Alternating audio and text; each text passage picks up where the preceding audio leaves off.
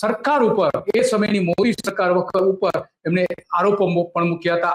એ જ અર્જુન મોઢવાડિયા આપણા પર્યાવરણ પ્રધાન છે, વન પ્રધાન છે. તો હવે એ જવાબ આપવામાં જે જવાબ આપતા હતા એમાં થોથવાઈ રહ્યા હતા, કારણ કે થોથવાવું જ પડે, એનો પોતે વિરોધ કર્યો હતો એટલા માટે. તો આ અંગે બધી જ વાત આપણે સંજય બાપટ અને આપણે એડવોકેટ નોટરી રવિલાલ મહેશ્વરી એ બંને સાથે આપણે વાત કરીશું કે આખો ઇસ્યુ શું છે અને શા માટે ઉભો થયો હતો. આ રજૂઆતો પણ કરી છે, સરકારને નોટિસ પણ આપવામાં આવી હતી બંને દ્વારા, એડવોકેટ અને સંજયભાઈ દ્વારા. તો એ આખો મામલો શું છે એ આપણે એમની પાસેથી જાણીશું. સંજયભાઈ અને રવિલાલભાઈ, તમારા બંનેનું સ્વાગત છે તો ગુજરાત રિપોર્ટમાં. જી નમસ્કાર દિલીપભાઈ, ખૂબ આભાર. આપને ચેનલ દ્વારા મુદ્દાઓ જે ઉઠાવવામાં આવી રહ્યા છે જનજાગૃતિના, તે બદલ સૌ પ્રથમ તો દિલીપભાઈ આપને અને આપની સમગ્ર ટીમને ખૂબ ખૂબ અભિનંદન. સાહેબશ્રી, જે આપણે મુદ્દાની વાત કરી એ મુદ્દો 1/10/2018 ના રોજ અમે વન પર્યાવરણ વિભાગને આપેલો હતો. લેખિતમાં અમે તમામ કેગ રિપોર્ટના આધાર પુરાવાઓ સાથે રજૂઆત કરેલી હતી અને એમને ચીમકી પણ આપેલી હતી કે ગુજરાત હાઈકોર્ટની અંદર આ મુદ્દો અમે લઈ જશું જો આપના દ્વારા આ બાબતનું નિરાકરણ નહીં કરવામાં આવે તો. જી બરાબર છે. તો આ કુલ જમીન કેટલી થતી હતી? બધી અને બધી જંગલની જમીન હતી? જી રવિભાઈ મારી સાથે છે, એડવોકેટ એ વધારે પ્રકાશ પાડી શકે. જી દિલીપભાઈ. હા રવિભાઈ, એમાં એવું છે, થોડુંક ડિટેલમાં કહી દઉં કે જ્યારે ગવર્મેન્ટ દ્વારા ઔદ્યોગિક હેતુ માટે SEZ ને જમીનો ફાળવવામાં આવી, એમાં અમુક સરકારી પડતર જમીનો હતી, અમુક ગૌચરની જમીનો હતી અને અમુક સંપાદનથી એક્વાયર કરવામાં આવેલી જમીનો હતી. હવે આ ત્રણેય પ્રકારની જમીનો જે સરકારે SEZ ને આપી ઔદ્યોગિક હેતુ માટે, તો એ જયારે ટ્રાન્ઝેક્શન થયું એને જમીન મંજૂરીના હુકમો પાડવામાં આવ્યા અને એ જમીન મંજૂરીના હુકમો ઉપર કાયદેસર જમીન મહેસૂલ અધિનિયમની જોગવાઈઓ મુજબ એક તો રૂપાંતર વેરો અને બીજું સ્ટેમ્પ ડ્યુટીની રકમ, એ બંને ટેક્સની રકમ કાયદેસર SEZ ના ડેવલપરે ભરપાઈ કરવાની રહેતી હતી. પરંતુ SEZ ના ડેવલપરે શું કર્યું કે કાયદાનું ખોટું અર્થઘટન કરી અને આ કરોડો ને અબજો રૂપિયાની જે ટેક્સની રકમ છે એ સરકારમાં ભરી નહીં. એટલે સરકારે શું કર્યું, વસૂલાત માટે માત્ર ને માત્ર કામગીરી બતાવવા માટે માત્ર નોટિસો પાઠવી કે ભાઈ આ ટેક્સની રકમ તમે ભરો. એ નોટિસો પાઠવીને સંતોષ માની લીધો, પણ એ વસૂલાત કરવા માટે જે કાયદેસરની કાર્યવાહી કરવી પડે, જમીન મહેસૂલ કાયદામાં જે જોગવાઈ છે, જમીનો આપી છે એ જમીનો પરત લઈ લે, સરકાર હસ્તગત કરી લે અને એવી બધી જે કડક કાર્યવાહી કરવાની હોય એવી કોઈ કાર્યવાહી તંત્ર દ્વારા કરવામાં આવતી નથી. માત્ર ને માત્ર નોટિસો આપીને સંતોષ માની લેવામાં આવે છે. આવી કરોડો ને ખરબો રૂપિયાની ટેક્સની ચોરી SEZ ના ડેવલપર્સ દ્વારા કરવામાં આવેલ છે. બરાબર.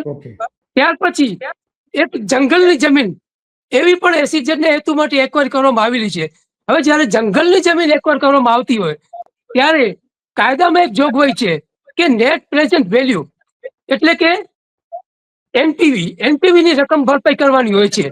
કોને? SEZ ના ડેવલપર્સને, સરકારમાં. તો આવી જંગલની જમીનો જયારે SEZ ના ડેવલપરે લીધી ત્યારે આવી NP ની રકમ પણ ભરપાઈ કરેલ નથી અને જંગલ ખાતાએ માત્ર આ NP ની રકમ વસૂલ કરવા માટે માત્ર ને માત્ર SEZ ના ડેવલપર્સને નોટિસો પાઠવેલ. એના પરથી કોઈ પણ જાતની વસૂલાતની કામગીરી આજ દિવસ સુધી કરવામાં આવી નથી. માત્ર નોટિસો પાઠવી અને તંત્ર દ્વારા માત્ર ને માત્ર ખાલી કાર્યવાહી રેકોર્ડ ઉપર કરવામાં આવે છે, પણ નક્કર કોઈ કાર્યવાહી આજ દિન સુધી કરવામાં આવતી નથી. એટલે સ્ટેમ્પ ડ્યુટી નો વિભાગ હોય, જમીન મહેસૂલ કાયદાનો વિભાગ હોય, GMB નો વિભાગ હોય કે જંગલ ખાતાનો વિભાગ હોય, આ તમામ ખાતાઓ દ્વારા માત્ર ને માત્ર નોટિસો પાઠવીને સંતોષ માની લેવામાં આવે છે. જ્યારે આવી પબ્લિકની રકમ, ટેક્સની રકમ વસૂલ કરવા માટે આજ દિવસ સુધી તંત્રએ કોઈ પણ જાતની કાર્યવાહી કરી નથી. તો આમાં બધી થઈને કુલ કેટલી રકમ હશે, ઇન્વોલ્વ કેટલી હશે, બધી જ ગણી. આ તો ઠીક છે કે જે વિધાનસભામાં પ્રશ્ન પૂછાયો હતો એનો જવાબ જે વન પ્રધાને આપવાનો હતો એ આપ્યો. તો આવી બધી થઈને જે ટેક્સની રકમ અને પછી ખાસ કરીને જે આ મિલકત જે ટ્રાન્સફર થતી હોય છે એના સ્ટેમ્પ ડ્યુટીની રકમ એ બધી થઈને કેટલી બાકી હશે એનો કોઈ અંદાજ ખરો આપની પાસે? જી દિલીપભાઈ, એમાં એવું છે, હું ખાલી મુન્દ્રા તાલુકાની વાત કરું તો મુન્દ્રા તાલુકાના લગભગ ગામોની જમીનો કંપનીએ એક્વાયર કરી છે. હવે એ તમામ ગામોની જમીનો હજારો હેક્ટરમાં છે. હવે કેલ્ક્યુલેશન કરવા જઈએ તો હજારો હેક્ટર ઉપર એ લોકોને કરોડો રૂપિયાનો ટેક્સ ભરવાનો આવે છે, કેલ્ક્યુલેશન કરીએ તો. હા, બરાબર, કરોડો રૂપિયાનો. અને એમાં કોઈ ઉપરાંતની બીજી કોઈ ફરિયાદ થઈ છે કે જેમાં પ્રોપરલી જે નિયમો પ્રમાણે સ્ટેમ્પ ડ્યુટી વસૂલ કરવામાં આવી, વેરાઓ વસૂલ ન કરવામાં આવેલા હોય એ પ્રકારનું? એ આપણા બંને પીએલઓ છે ને સ્ટેમ્પ ડ્યુટી. હા, એના માટે સંજયભાઈએ પણ નામદાર ગુજરાત હાઈકોર્ટમાં પીઆઈએલ દાખલ કરેલી છે અને જે ચાલુમાં છે. અને નામદાર ગુજરાત હાઈકોર્ટ ઉપર અમને પૂરો ભરોસો છે કે આજે નહીં તો કાલે પણ કાયદા ઉપર જ્યારે પણ ન્યાય મળશે ત્યારે આ તંત્રને કડક કામગીરી કરવી પડશે અને આ તમામ રકમ વસૂલાત થશે એવું નામદાર હાઈકોર્ટ દ્વારા અમને પૂરો ભરોસો છે.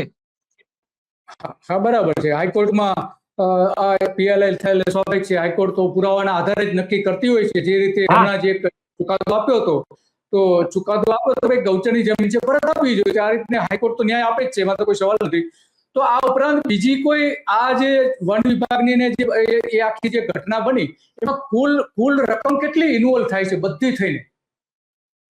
એમાં અલગ અલગ જમીનો છે અને અલગ અલગ જમીનો ઉપર અલગ અલગ રકમ છે. બધી એક જમીન નથી, અલગ અલગ ગામોની અલગ અલગ પ્રકારની જમીનો છે. એટલે એ બધી જમીનો આપણે કેલ્ક્યુલેશન કરવા જઈએ તો એ ટેક્સની રકમ બધાના કરોડોમાં જ જાય છે.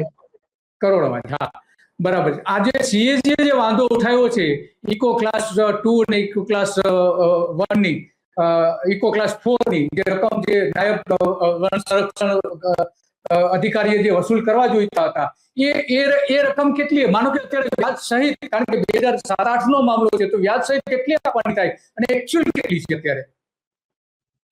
એમાં એવું છે કે આ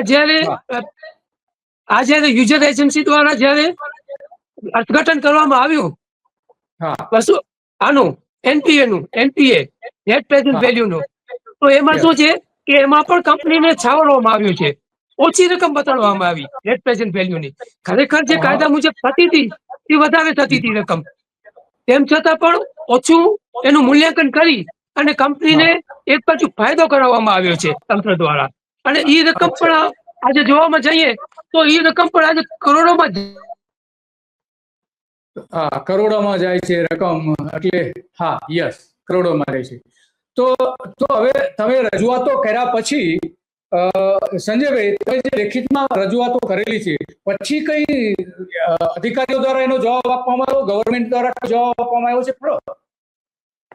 કોઈ પણ જાતનો જવાબ હજી સુધી મળ્યો નથી. અને જે રીતે વિધાનસભા ગૃહની અંદર મંત્રી શ્રી અર્જુન મોઢવાડિયાજીએ કહ્યું કે આપની પાસે આવા કોઈ પણ જાતના આધાર પુરાવા હોય અથવા તો કશું વસૂલાત કરવાની થતી હોય તો અમને જાણ કરશો. તો મેં ગઈકાલે જ એમના પીએ સાથે વાત કરી